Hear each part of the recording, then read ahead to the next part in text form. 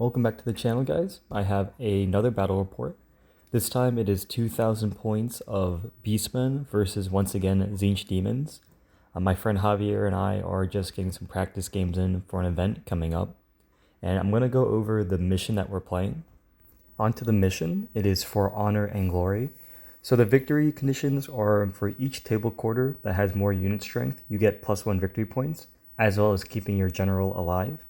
Then there's a bonus that you can choose at the same time if your opponent. One of them is one core unit becomes magic resistance 2. The other one is a character gains fireball as a balanced spell level 1.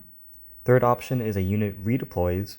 Lastly, a unit or you get a first dispel automatically during the game.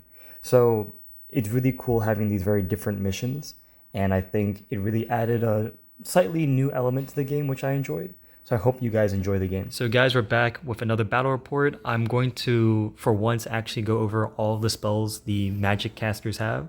So I'll let Javier go first because he only has one wizard. So I got a level 4 Great Bray-Shaman, Steed of Shadows, Gathering Darkness, Vortex of Chaos, and I dropped the Assailment for Vile Tide. Yep, so you just make sure you know what spells he has. Then I have my Lord of Change. He's technically a level 5 because he has twin heads, so he just knows a 5th spell. So what he has is the illusion 6, 3, 2, and 1, so you can see here. And he has the Tzeentch signature spell, the Gift of Mutation for Demons. I don't have the card for it, but you can just look at the PDF and see what it does. It just debuffs D3 from toughness, weapon skill, or strength on an 8+. Then I got my general, a Demon Prince. He's level 4. He knows Daemonology. He knows Demonic Familiars, Steed, and Vigor. And he knows the signature spell, the Summoning. And then my level 2 Burning Chariot knows Demonic Vessel and the Summoning from Daemonology. Just so you guys know, here are the 4, again, casters for our game. Hey guys, welcome back to yet another battle report. This time it's 2,000 points of Beastmen versus Tzeentch Daemons. I'm with my friend Javier, getting some practice games in. This is not Nova Comp, so we're not restricted by certain unit restrictions and character points. The army list will be in the description below, so I'll let Javier go over his deployment and everything. Warhound, Jabberslice, Dragon Ogre, Gor, Bestigor, Wizard in the Woods. I put the Gorebull in the Nurgle marked Chaos Ogres, Chariot, other Dragon Ogre, and then the last unit of Warhounds vanguarded up. Yeah, I just want to take a minute for you guys to appreciate Javier worked really hard to paint the Beastmen at 2K, and a unit that I'm really proud of what he worked on were the Chaos Ogres. They look really cool with his Gorebull. So Stacking some nonsense on it. Yeah, it's really cool. Very different list, and look how large his army actually takes on the tabletop. So really excited to be at 2K. So for my deployment, again, list will be in the description below. We got a unit of blues, a unit of 15 Khorne marked Furies who vanguarded. My Burning Chariot, my General, Demon Prince, 5 Flamers, my Lord of Change, 10 more Blues. Then I got 5 more Flamers and 3 Brimstones. The mission is for honor and glory. It's a mission we're playing for Newport on August 10th. I'll put, again, a slide showing the objectives. I should note, for this mission, we get extra bonuses. Javier's caster has Fireball. No, my general. Oh, your general has Fireball, balanced spell level 1, and then my Furies have MR2. So we'll be back after turn 1. We wrapped up Beastmen turn 1, so I'll let Javier go over from this flank going downwards. Marched, moved up, shot, didn't hit.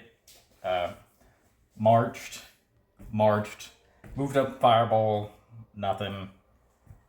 He got off Spectral Steed. Yeah, Steed of Shadows, and they're right there. Javier yeeted the 24 inches up, so it's the NASA launch pad. March. All the other spells were out of range or failed, so. Yep, so look how fast the Beastman can be at turn 1. With the Steed, the Gorebull, and his Nurgle Chaos Ogres are right in my deployment pretty much. So here's the overview for Beastmen. We'll go to Demons turn 1. At the end of Demons turn 1, a little bit lackluster, but I'll start from here. The Blue Horror stayed still and shot and only killed 1 Warhound. My 15 Furies just marched outside the arc of the Jabberslice. The Chariot didn't move. Tried to gain some spells off, nothing happened. The Lord of Change did quite a bit, so I'll zoom out for a bit. So you can see a lot of my units have moved up completely. That unit got Steed of Shadows off and flew forward. The Prince and him tried doing some magic. We reduced this guy's unit by 2 toughness. We did 2 wounds from the blue horror shooting. Then on this flank, the Brimstones charged. We won combat, but Javier passed, but we killed 3 of them. These 2 units kind of did a little, only took a wound off here, and the Chariot has 2 wounds left. So the game plan was hopefully to knock out one of the units. Shouldn't have split fired. I was a little bit greedy there for me. So the game plan now is I know these blues will die on Javier's turn. I'll probably be receiving a charge here. Hopefully I can hold off. But yeah, so that's Demons turn 1. This is the table overview. We'll be back with Beastmen turn 2. We wrapped up Beastmen turn 2, so I'll let Javier go over what happened. I marched up here, Steed of Shadows up here, kind of turned a little, attempted to fireball, failed, Vile Tide didn't go off, Vortex of Chaos didn't go off, Gathering Darkness had no good targets, push here,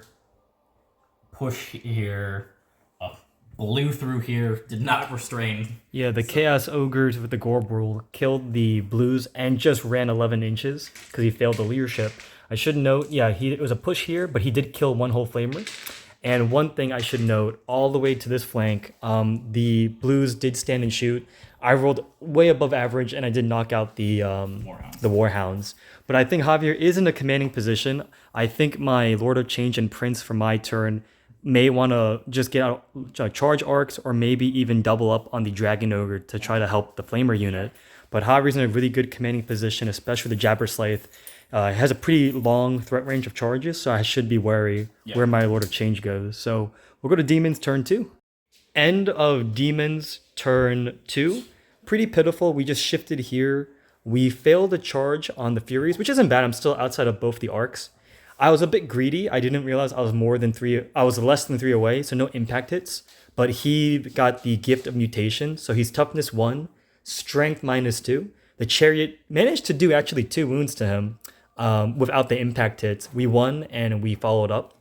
The Lord of Change took a wound from a miscast, but I moved outside the arc of his Jabberslythe. I don't mind if the Gore want to go in. 3 or 4 of them did die.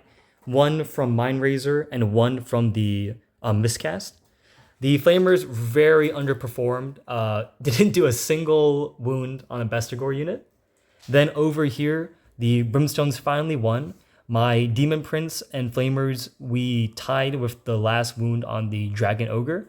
I should note, I forgot I had Will of Tzeentch, so I should shift more now to using it to reroll at least one of the dice in combat. But that's what the table looks like for turn 2 Demons. We'll be back with Beastmen turn 3. We just wrapped up Beastmen turn 3. I'll let Javier go over what happened. Dragon Ogres are dead, Chariot is dead. These guys are moving up. He's at +2 weapon skill now, so that's good. I have a lot of stuff, but he's got a lot of stuff. So spells are not going great for me, but nobody's really getting anything off right now. Yeah. So we're doing okay. It's going decently well. It could be better. His caster has been dispelling, but I've also been denying his spell casting. The Chariot here definitely was a misplay for me. I really thought the impact hits would help. Thank God he got the Dragon Ogre. If I didn't get that, it was a poor trade. Yeah. It still is a poor trade, but I'll have to settle. But now on turn 3 for Demons, at least my units are all free to do what they want. We'll be back with my turn.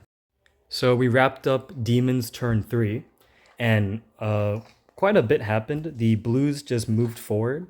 I forgot to shoot. It doesn't matter. They're probably not going to do a wound to the Jabberslythe.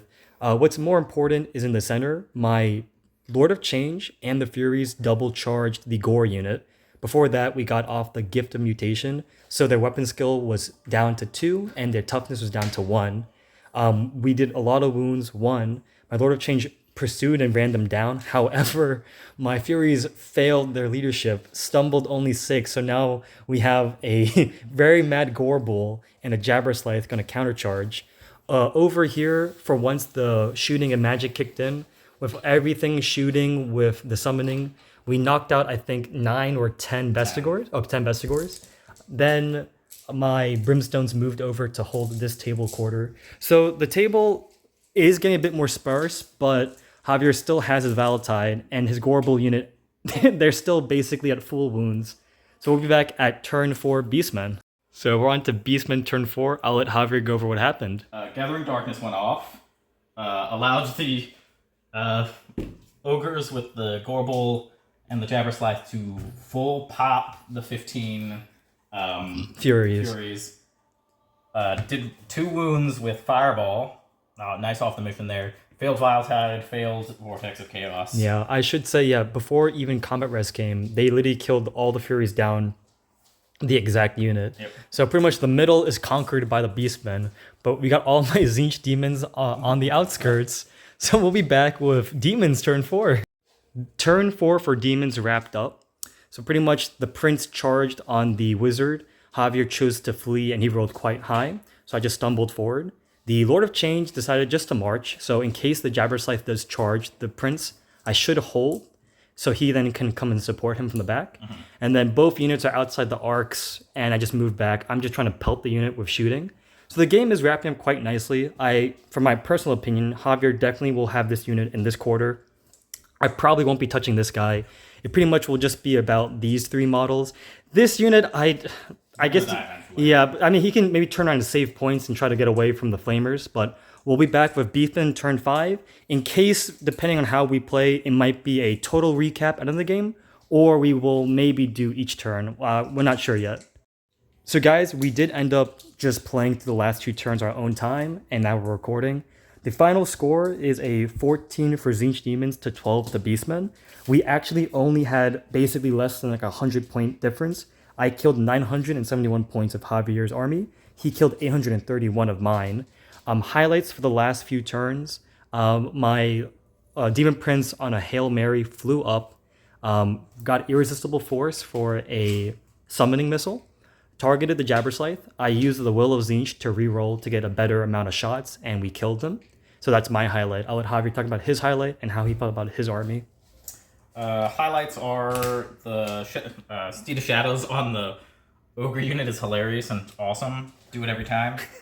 Viletide finally going off and just obliterating a unit was also a highlight. Yeah, he killed all the unit of 5 Flamers. The Viletide just came in. Javier did, I think, all 27 on the 5d6. And he did exactly 12 wounds, he did 10 wounds destroying my unit. Yep. So overall, I think the game was fantastic. I'm glad Javier finally played a first 2,000-point game. Some might say not the most competitive Beastman army, but definitely with some of these tricks, the army had a lot. I mean, you saw it on the table, a lot of bodies, a lot of mobility, and just a lot of min-sized units that hit hard. So overall, thanks for the game, Javier, and looking forward to more battles.